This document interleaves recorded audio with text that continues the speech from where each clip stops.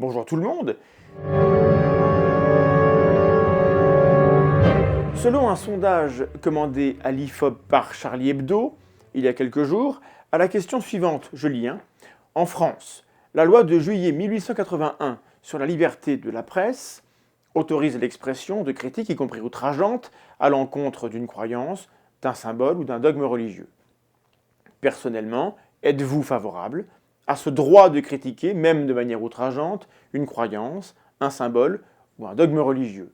Les Français répondraient non à 50%. Cela voudrait dire que la moitié des Français veulent interdire ce qu'on pourrait appeler un droit au blasphème. Il y a des choses qu'on ne doit pas dire sur les croyances, sur les symboles et sur les religions. D'abord, je me permets de douter un peu de la valeur de ce résultat. Le sondage vient en réaction à l'affaire Mila, une adolescente de 16 ans qui fait des lives sur Instagram en réponse à une insulte homophobe, a répliqué par des propos très virulents sur la religion de celui qui l'insultait, en l'occurrence l'islam. Il est bien possible que dans ce contexte, les gens soient un petit peu échaudés par les images de Mila, par les messages de haine, par les réactions outrées des uns et des autres, et n'aient pas réfléchi pleinement à la portée réelle de leur réponse. Bon. C'est cela, ou bien la moitié des gens autour de nous veulent interdire le blasphème, et sincèrement, j'ai un doute. Parce que je crois que les Français tiennent trop à leur liberté d'expression, à leur droit de râler notamment, pour accepter ce genre d'interdiction. Autour de cette affaire, il y a eu des propos que je qualifierais de débiles, au sens propre, notamment de la part de la ministre de la Justice, Nicole Belloubet, sur Europe 1, quand elle dit, je cite, « L'insulte à la religion, c'est évidemment une atteinte à la liberté de conscience. C'est grave. » On a aussi le délégué général du Conseil français du culte musulman, Abdallah Zekri, à l'antenne de l'émission Les Vraies Voix sur Sud Radio, je cite, qui sème le vent récolte la tempête, elle l'a cherché, elle assume. Il parlait des réactions à son propos, parmi lesquelles il y avait quand même des choses très discutables. Et de l'autre côté, on a le spectacle vaseux des médias d'extrême droite qui tentent de se faire passer pour les champions de la laïcité en défendant Mila contre le méchant islam. No comment. Une jolie shitstorm donc, et j'aimerais en profiter pour partager une réflexion sur la liberté d'expression, sur la liberté de conscience et sur le blasphème. Je commence par une définition glanée sur le site de l'Église catholique. Blasphème, du grec blapain ou blapein, je parle mal le grec, qui veut dire léser ou nuire, et phémé, qui veut dire réputation. Le blasphème consiste à proférer contre Dieu, intérieurement ou extérieurement, des paroles de haine, de reproches, de défis, à dire du mal de Dieu, à manquer de respect envers lui dans ses propos, à abuser du nom de Dieu pour couvrir des actes ou des pratiques criminelles, réduire des peuples en servitude, torturer ou mettre à mort.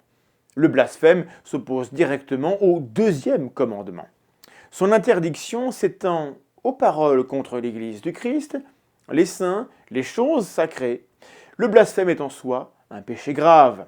Le blasphème contre le Saint-Esprit est le refus délibéré d'accueillir la miséricorde de Dieu par le repentir. En islam, on parlera plutôt d'apostasie, mais la définition sera tout aussi large. Le blasphème, c'est large. Alors écoutez, et c'est toujours défini d'abord par ceux qui voudraient l'interdire et jamais par ceux qui le pratiquent ou qui l'utilisent. Le blasphème, en réalité, c'est simple, c'est tout ce qui est insupportable aux croyants. Point. À quoi sert le blasphème? Alors, quand on pose la question, je pense qu'on n'a pas bien compris le concept. Le blasphème, ça n'est pas une insulte. La preuve, on peut blasphémer sans aucune insulte. Par exemple, je renie Dieu. Bon, alors si vous êtes insulté par ce genre de phrase, c'est vraiment très triste. Je vous embrasse. A l'inverse, insulter un croyant, c'est de l'injure avant d'être du blasphème. Et c'est interdit, en fait, parce que c'est répréhensible au titre des droits des personnes ciblées. Le blasphème peut prendre des formes tapageuses, évidemment. Si je dis, par exemple, « Je déteste Dieu, c'est une ordure, je voudrais qu'il meure dans d'atroces souffrances », il faut comprendre que c'est quand même très différent de dire « Je déteste ce type-là, Charlie, c'est une ordure, et je voudrais qu'il meure dans d'atroces souffrances ». Dans le premier cas, on a un blasphème. Dans le second cas, on a menace, on a appel à la haine, voire au meurtre. Le blasphème est une offense qui ne peut pas faire de victime. Plus exactement, la victime, c'est la croyance. Et une croyance n'a aucun droit, ne peut faire valoir aucun préjudice sur sa personne, ou bien alors c'est Dieu. Et j'estime qu'il faut être très orgueilleux, ou bien avoir une foi très fragile, pour vouloir prendre la défense de Dieu. Bien, les mecs, laissez-le gérer ça, quoi. Laissez-lui au moins ça. Le blasphème en tant que tel n'est donc pas une insulte, car il ne vise pas les individus, mais les idées. Ensuite, le blasphème ne sert pas à argumenter quoi que ce soit. Oh, regardez, une église qui brûle. Ah bah dis donc, il est où Dieu? N'est pas une phrase qui cherche à argumenter ou à prouver des choses. Ce n'est pas son but. Tous les énoncés que nous produisons n'ont pas vocation à argumenter ou à démontrer des choses. Quand on veut débattre, on s'y prend autrement. Donc, le blasphème n'est pas un argument, et on le sait très bien quand on le fait.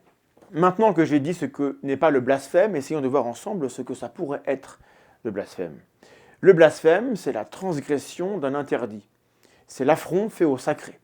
Dire l'islam c'est de la merde ou le judaïsme c'est pourri, ça peut déplaire à beaucoup de gens. C'est peut-être vulgaire, même stupide peut-être éventuellement on peut le considérer, mais c'est un énoncé qui tire sa raison d'être de lui-même.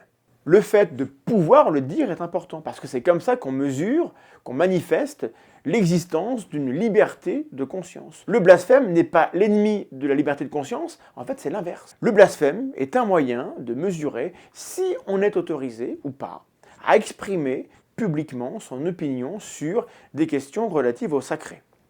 Et il n'y a pas que du religieux dans le sacré. Vous avez le droit de dire « j'emmerde la démocratie » ou « l'athéisme, c'est que de la connerie ». Ça va heurter les valeurs profondes de différentes personnes, très bien, mais elles s'en remettront. Et je gage que vous ne recevrez aucune menace de mort. Pour finir, je vais me permettre de donner un conseil. Comment faut-il réagir face à un blasphème? Quand un énoncé s'attaque à une idée importante pour nous, qui la rabaisse, qui la salit, selon moi, nous avons 3 options raisonnables. La première, c'est d'ignorer le propos en question, généralement peu construit, peu écouté, peu enclin à initier un dialogue utile. Il y a de la sagesse à ignorer les gros cons qui respirent parmi nous. La deuxième, c'est de demander à l'individu de justifier son propos. Ah, vous trouvez que la laïcité va détruire la civilisation? Expliquez-moi ce qui vous permet d'arriver à une telle conclusion, s'il vous plaît. En général, ça ne va pas aller beaucoup plus loin. Et votre ouverture au dialogue sera en soi une réponse très forte. La troisième, qu'il ne faut pas négliger, c'est votre droit légitime à exprimer votre mépris envers un propos qui vous offense. Vous pouvez dire « merde au blasphémateur », passer à autre chose et vous n'en serez que plus heureux. Pas la peine de s'énerver. Mais si vous voulez faire taire la satire, l'absurde, l'outrance, le rejet, le libre exercice de la critique des idées, évitez de croire que 50% des Français sont avec vous. Je crois qu'il faut éviter de se fier trop fort à ce que les sondages ont l'air de dire sur des questions aussi complexes que celle-là. Voilà, c'était mon petit sentiment sur ce qui se dit autour du blasphème aujourd'hui.